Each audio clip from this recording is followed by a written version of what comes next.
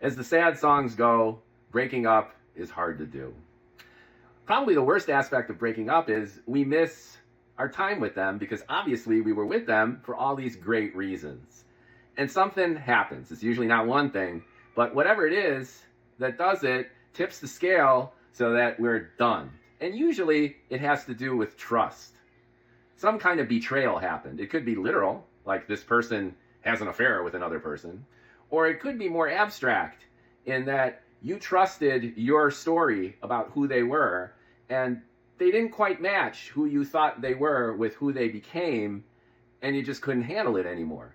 Now, breaking up happens with all relationships, not just romantic. You could break up with a business partner. Trust could be a problem there as well. You get ripped off or you feel you do. And then it also happens with people we create relationships with online and in our knowledge base. So specifically, I've recently broken up with two people, and it's really, really sad. I've broken up with Neil deGrasse Tyson, the science educator, the Carl Sagan of our time, and I've broken up with Bill Maher, the comic. Now, what do these two breakups have in common? Well, it fits what I was saying before. I feel violated in terms of my trust.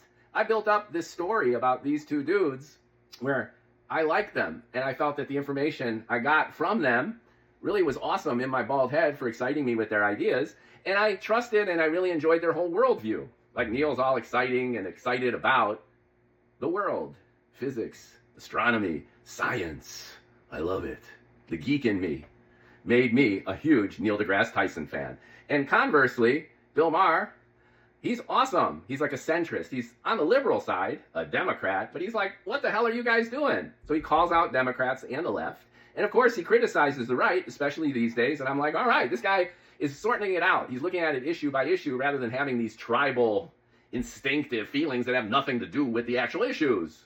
And he's really, really, really funny. So these were my friends. I had a relationship with Neil deGrasse Tyson and Bill Maher. Okay, so what happened?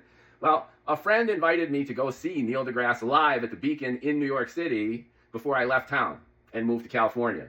So one of the last big shows I saw in New York City live was Neil deGrasse Tyson, and he had a surprise guest, Michio Kaku.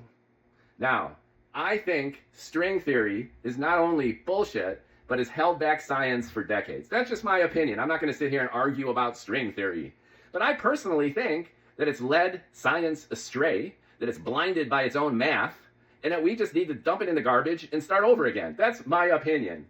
But my point is, Michio Kaku is one of the grandfathers of string theory, and even worse than that, he is, in my estimation, the #1 science education bullshit artist. He bloviates, he's all over social media, he's that Yoda of science, and it's mostly hype and BS. Once again, this is my opinion. Not only is he still pontificating about string theory, but he's all about quantum supremacy, and he's making all these claims about quantum computing and wormholes and multidimensional reality and all this stuff that is just not substantiated by the science. It's not real. It's science fiction. I'm a science fiction writer. I love science. I love science fiction. But there's science fiction and there's doing science.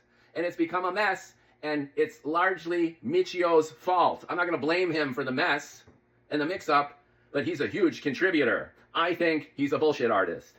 And he was invited by Neil.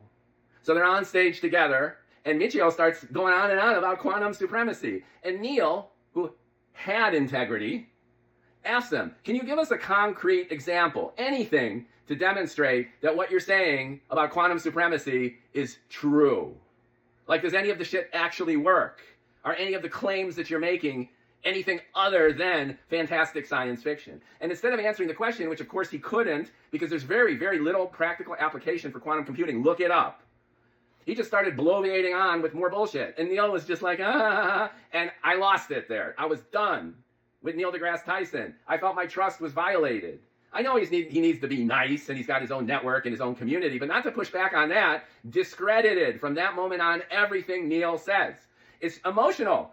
I'm here just telling you that I'm vulnerable. I'm human. I can't. Neil used to be all over my feeds. I would subscribe to all of his stuff. I listened to Star Talk, the podcast, and I had a blast with Neil deGrasse Tyson, but he violated my trust. He kissed ass to Michio Kaku, and I got jelly, And I was like, you're supporting that guy? And I was done. I broke up with Neil.